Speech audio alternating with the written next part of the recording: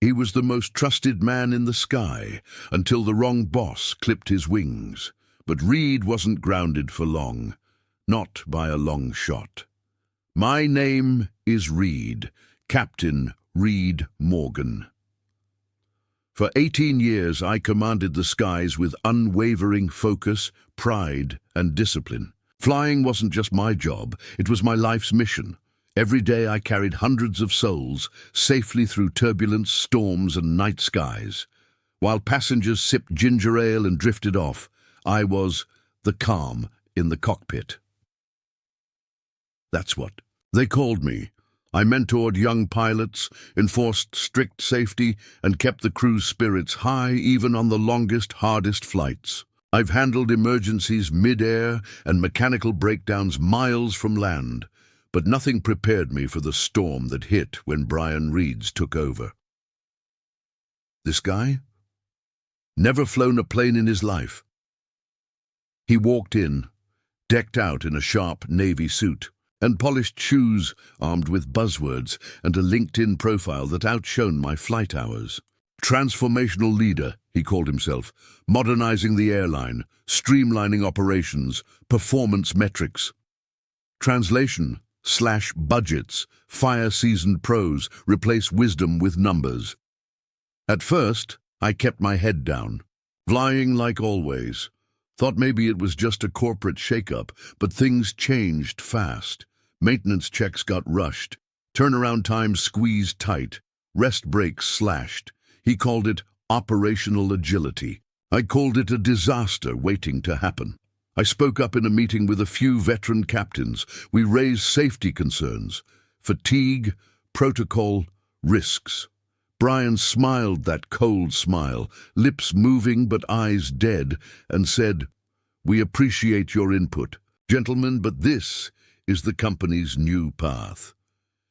Just like that, we were labeled resistant, rigid, outdated.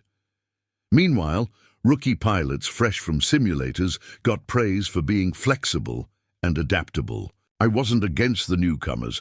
I'd trained half of them. But it was clear, experience was out, obedience was in. The gap grew wider, cockpit chats grew colder. Some younger crew treated me like a museum exhibit.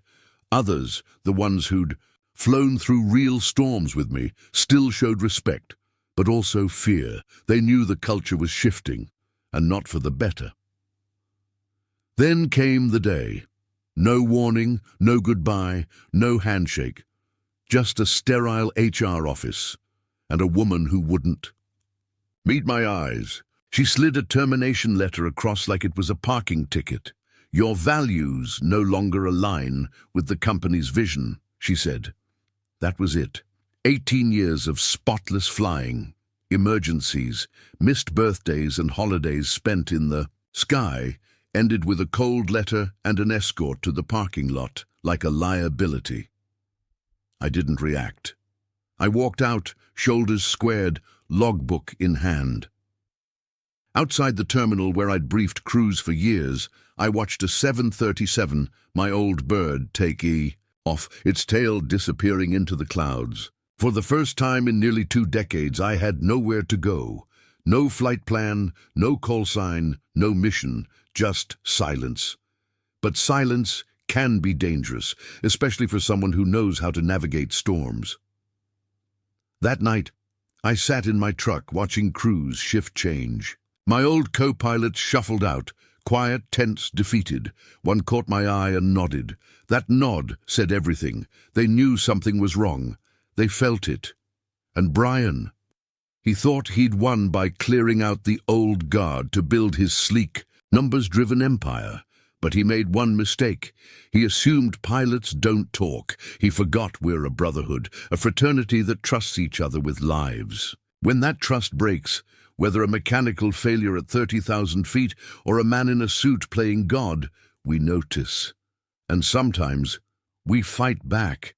They thought I was finished, but they forgot one thing. Pilots know how to land storms, and this one is just beginning. The days after I was let go passed in a haze, but beneath the shock I felt something else, calm even, not desperation, just deep disappointment, because the worst part wasn't losing my job. It was realizing I hadn't just been fired. I'd been erased. One night, I found myself wandering back to the hangar, silent, dark, no roaring engines, no laughter, no familiar chatter from crews prepping for flights.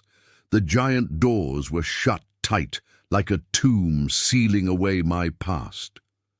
I stood outside the fence, staring at those parked planes. I could almost hear the engines humming in my memory, remembering long nights battling thunderstorms, calculating fuel loads mid-turbulence, emergency landings where it was just us and the unforgiving sky, doing what we were born to do. But all of that was gone. Just a ghost now. No camaraderie, no mission briefings, no familiar checklists. I was a shadow in a world that once felt like home. They erased me. Then the ripple started. My phone buzzed, texts, missed calls. Old co-pilots, flight attendants, even mechanics reaching out, their voices tight with worry. I ignored the first few, but then Jenna called. She's sharp, always the one watching out for safety over shortcuts. Her voice cracked as she said, "Reed, they're pushing us to fly on fuel estimates, skipping weather protocols. It's not safe." Fear ran through her words, and I knew this wasn't a single crack. It was a growing fracture. They were cutting corners everywhere. I listened, but I didn't react yet. After 18 years, you learn patience. You collect your thoughts. You build a plan. I started digging through my last flight's paperwork. Then I saw it, a discrepancy report I'd filed a year ago about a mechanical issue. It had been ignored. Now, that same problem was resurfacing. Different date, different crew, same plane, same dangerous pattern, hidden beneath fresh logs. This wasn't neglect anymore. It was willful risk. I dug deeper. One night, an anonymous email arrived, a whistleblower from operations, scared but determined. Inside were internal reports, safety audits, maintenance logs, stuff pilots never see. They weren't just cutting corners, they were forging signatures, falsifying inspections, declaring unsafe equipment good to go. The foundation of our safety was crumbling. I had the proof. They didn't just fire me, they gambled with lives to save money. I reached out quietly to union leaders, safety boards, trusted journalists, but I wasn't ready for a public fight. Not yet. I needed the full picture to tear this illusion apart. I called an old mentor, a retired FAA official who had guided me when I started. His warning was cold and clear. "Reed, if you're right, this isn't just a company problem. It's a scandal that could destroy careers and lives. They'll come after you." I wasn't afraid of them. I was afraid of what would happen if no one stopped them. One late night back at the airfield, the chill in the air felt sharper. This time, I wasn't just watching planes silently vanish into the night sky. I was holding the truth, the documents, the photos, the records that could bring it all crashing down. This wasn't just about me anymore. It was about justice. The sky had always been mine to command, but now it was a battleground, and soon Bryan Reed's would hear its roar. The investigation was over. Every piece clicked into place. Falsified maintenance records, ignored complaints, emails pressuring crews to skip safety checks, each detail a domino, toppling into the next, revealing a chain of negligence too massive to ignore. I spent nights hunched over my cluttered desk, piecing together a timeline, week by week, flight by flight, risk stacking higher and higher, hiding behind forged logs and shortcuts. And at the center of it all was Bryan. He hadn't just slashed budgets, he had gambled with lives. I wasn't waiting for karma anymore. It was time to act. My whistleblower move was quiet but lethal. I didn't just want to expose the lies, I wanted to crush their ability to hide. I packed the evidence, documents, emails, photos into a digital bomb and sent it out. First, the FAA, an anonymous tip they couldn't ignore. Then a trusted journalist, someone with the reach and firepower to blow this wide open. And finally, Bryan got a single email from me. "You should have let me fly." Within 48 hours, everything exploded. The journalist's expose roared through the headlines like a jet engine. "Are you safe in the skies? Whistleblower uncovers airline cover-up." It went viral, unstoppable. The FAA launched a surprise investigation. My evidence matched every red flag from past audits. This was no longer negligence, it was criminal. I watched Bryan's emergency staff meeting live. His face was tight, forced, a man drowning under the weight of his own lies. The airline that had tossed me aside was now gasping for air. They couldn't hide anymore, not this time. The cracks spread like wildfire. Pilots, flight attendants, engineers, once loyal to Bryan, started speaking out. Resignations hit like thunderclaps. One co-pilot tweeted, "If Reed was too careful, then we need 100 more like him. I won't fly under Bryan's command ever again." Then came the senior mechanic's raw, emotional video confession. He confirmed everything, the forged records, the pressure from the top. The floodgates had burst open. Bryan tried to salvage what was left, but every desperate move dug him deeper.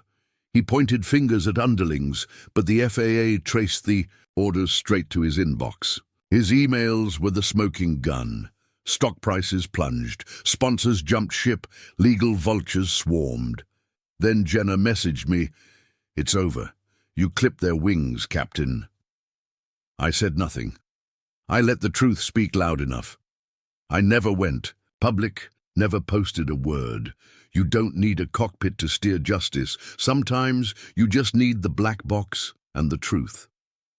Days later, 2 rival airlines reached out. They didn't just want me as a pilot. They wanted me as their safety director.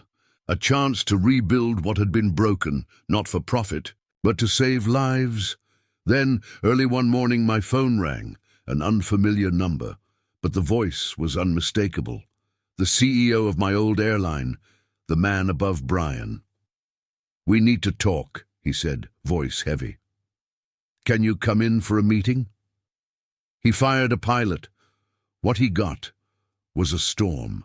The hangar office was cold, sterile, a place where truth had nowhere to hide.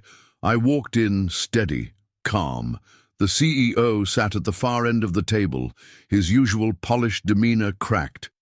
He looked shaken, like a man realizing the ground beneath him was collapsing. He didn't waste time. "Did you plan all this?" His voice was steady, but the tension hung thick. I met his gaze, calm as ever. "No, but I logged every mile." He leaned back, searching for control. Then came the offer. Hush. Money, a non-disclosure agreement, even a chance to return with a promotion. Tempting terms. But hollow. I shook my head slowly. "I'm not here for money, I'm here for accountability. Bryan must resign. Public apologies need to be made. And safety violations. They have to be fixed. Company-wide."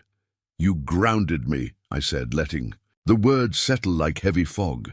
"Now I'm here to help you fly right or not fly at all." The CEO sat silent, trapped by the evidence.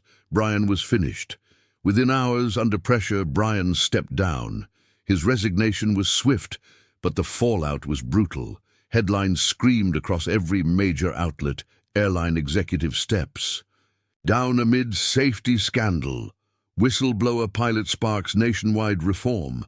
Bryan became a scapegoat, a symbol of corporate neglect. But this was never about Bryan for me.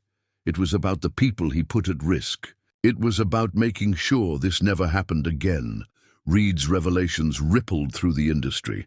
The FAA rolled out new safety regulations, directly influenced by my findings. Airlines nationwide re-examined protocols, desperate not to follow Bryan's path.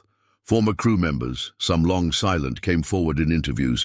They called me the pilot who wouldn't compromise. That was all the validation I needed. I never fought for glory. I fought for something far bigger. It didn't take long for another airline to call. I accepted the role, not just as a pilot, but as Director of Aviation Safety, a position that valued my flying skills, yes, but more than that, my integrity. On my first day, I nodded quietly to the plaque on my office door, Director of Aviation Safety. 18 years taught me how to fly. One betrayal taught me why. There's one truth I learned through all of this. The real flight plan isn't about smooth skies or perfect weather. It's about purpose and having a damn good plan for when everything goes wrong. I'm not here for glory. I'm here because doing things the right way matters. He fired me to cut costs. I cost him everything he tried to save.